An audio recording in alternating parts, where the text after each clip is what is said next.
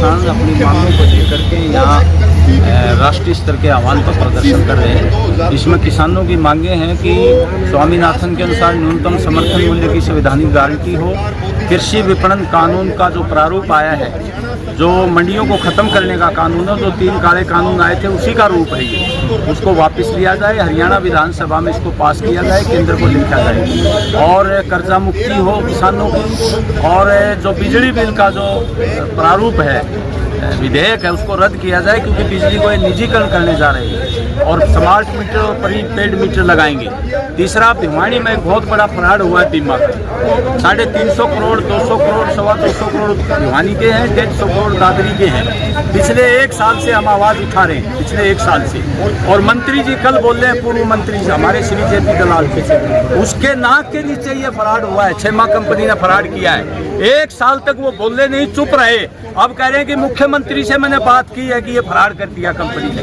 अरे तेरे मंत्रिमंडल काल में तो ये फ्रॉड किया है। ब्लैक लिस्टेड कंपनियों को तुम बीमा दिलवा रहे हो, यहाँ किसानों को 350 करोड़ का चूना लगा दिया, बोलना नहीं 1 साल तक। ये हम कहना चाहते हैं, अब भी सूद आई है तो कम से कम जो दोषी लोग हैं उनको सजा मिलनी चाहिए और 350 करोड़ किसानों के खाते में डलने चाहिए। हम ये कहना चाहते हैं आज के धरने के बाद। क्या कुछ मामला किस प्रकार से धरना?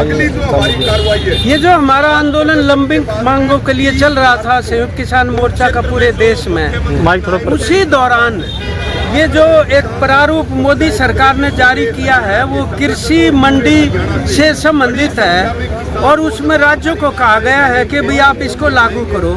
और वो इस तरह का है, उसके अंदर प्रावधान प्राइवेट मंडियां होंगी जिनके ऊपर टैक्स नहीं लगेगा, मंडी कर नहीं लगेगा और उनको मन मर्जी के कृषि उत्पाद खरीदने की छूट होगी और मन मर्जी की मात्रा में उसको भंडारण करने की छूट होगी।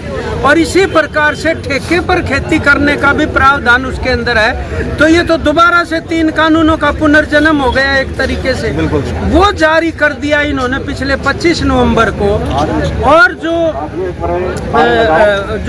इवन पंजाब की सरकार ने तो बल्कि असेंबली से पास करवा के और उसको वापस लेने की मांग उठा दी। हम हरियाणा सरकार से भी ये चाहते हैं। और बाकी जो हमारे जैसे यहाँ पर एक बहुत बड़ा फर्जीवाड़ा, ये 350 करोड़ रुपए का हुआ है जो फसल बीमा वालों का छेमा कंपनी की तरफ से। अब एक तरफ से तो आप कह रहे हैं कि प्रधानमंत्री फसल बीमा योजना है और उधर से आप लूट दे रहे हैं उनको, कंपनियों को छूट दे रहे हैं लूटने की। तो ये प्राइम मिनिस्टर के ऊपर भी एक जिम्मेदारी बनती है कि वो इसकी जांच करवा के और जो बड़े अधिकारी शामिल हैं कंपनी के साथ उनको अंदर किया जाए, उनको कड़ी से कड़ी सजा दी जाए और किसानों को उनका जो बनता है वास्तव में बीमा का हिस्सा वो उनको दिया जाए। और इसी सिलसिले में ये जो आज एसकेएम का कार्यक्रम है, ये आगामी 20 तारीख को मुख्यमंत्री कार्यालय पे कुरुक्षेत्र में भी पूरे प्रदेश का एक कार्यक्रम करेंगे और उसके बाद जब तक ये हल नहीं होंगे लंबा चलाएंगे। जी नमस्ते, मैं रवि आजाद, युवा प्रदेश अध्यक्ष भारतीय किसान यूनियन हरियाणा, सदस्य संयुक्त किसान मोर्चा। जी देखिए, आज पूरे हरियाणा में संयुक्त किसान मोर्चा के आह्वान पर प्रत्येक जिला मुख्यालय पर हमें डीसी के माध्यम से हरियाणा के मुख्यमंत्री को ज्ञापन दे रहे हैं। और हमारा सबसे बड़ा मुद्दा है जो कृषि विपणन पर राष्ट्रीय नीति फ्रेमवर्क आई है, जो 25 नवंबर को केंद्र की मोदी सरकार 3 कानूनों को पिछले दरवाजे से लागू करने के लिए एक षड्यंत्र के तहत जो नीति आई है, हम उसका कड़ा विरोध भी करते हैं। और आज के कार्यक्रम के माध्यम से हम सरकार को कह रहे हैं कि इस कृषि विपणन पर राष्ट्रीय नीति को वापस लीजिए। हरियाणा में अभी बजट का सेशन चल रहा है, बजट सेशन में इसके खिलाफ प्रस्ताव पारित करके पंजाब सरकार की तरह केंद्र की सरकार को आप भेज दें। ये 13 महीने तक जो किसान आंदोलन चला और 3 कानून वापस हुए, 750 किसानों की शहादत हुई, उसके बाद भी केंद्र की मोदी सरकार इन 3 कानूनों को अडानी अंबानी के लिए लागू करना चाहती है। जिसको हम किसी भी कीमत पर लागू नहीं होने देंगे।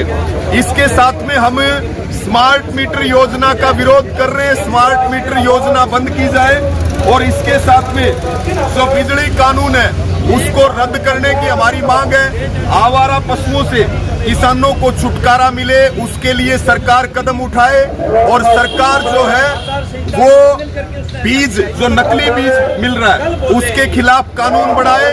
जो मुआवजे बीमा क्लेम बाकी हैं उनका समाधान किया जाए, किसानों को दिए जाए और सरसों खरीद सुचारू रूप से शुरू की जाए।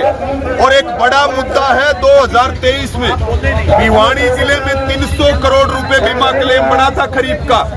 सेमा कंपनी थी, लेकिन चुनावों से ठीक पहले 200 करोड़ का डाका मारा गया और इसमें सीधे तौर पर पूर्व कृषि मंत्री जेपी दलाल इसके अंदर शामिल है। भिवानी में 200 करोड़ का और चरखी दादरी जिले में 150 करोड़ का।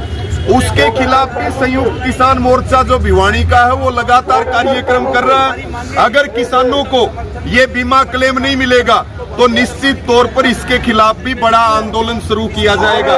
और अब तो पूर्व कृषि मंत्री जेपी दलाल ने भी इसको एक्सेप्ट कर लिया है। कल उन्होंने अपनी सोशल मीडिया पे डाल रखा था कि ये किसी टेक्निकल कारण से हुआ, क्योंकि हवाई सर्वेक्षण का नाम दे करके और किसानों के साथ ये ठगी की गई है। हम कह रहे हैं कि इसके खिलाफ जो है कोई उच्च स्तरीय जांच करवाई जाए, कोई जो है सीबीआई की जांच हो और जो ये डाका मारने का काम किया गया है किसानों के साथ, इसमें पूर्व कृषि मंत्री जेपी दलाल और जो एग्रीकल्चर के डायरेक्टर हैं, जो आईएएस रैंक के अधिकारी हैं, उन अधिकारियों के खिलाफ जो, मैं तो इसमें नाम भी आपको बता दूं, ये राजनारायण कोसी के महानिदेशक और राजीव मिश्रा हैं, ये संयुक्त निदेशक हैं। इनके खिलाफ और पूर्व कृषि मंत्री जेपी दलाल के खिलाफ मुकदमा दर्ज होना चाहिए। इन्होंने इतना बड़ा घोटाला किया है कंपनी के साथ मिलित, तो ये हमारा बड़ा मुद्दा है। इन सब मुद्दों को लेकर के आज किसान बड़ी संख्या में इकट्ठा हुआ है। समाधान नहीं होगा तो और भी कड़े कदम हम उठाएंगे। अभी आज के प्रदर्शन जिला स्तर पे हैं।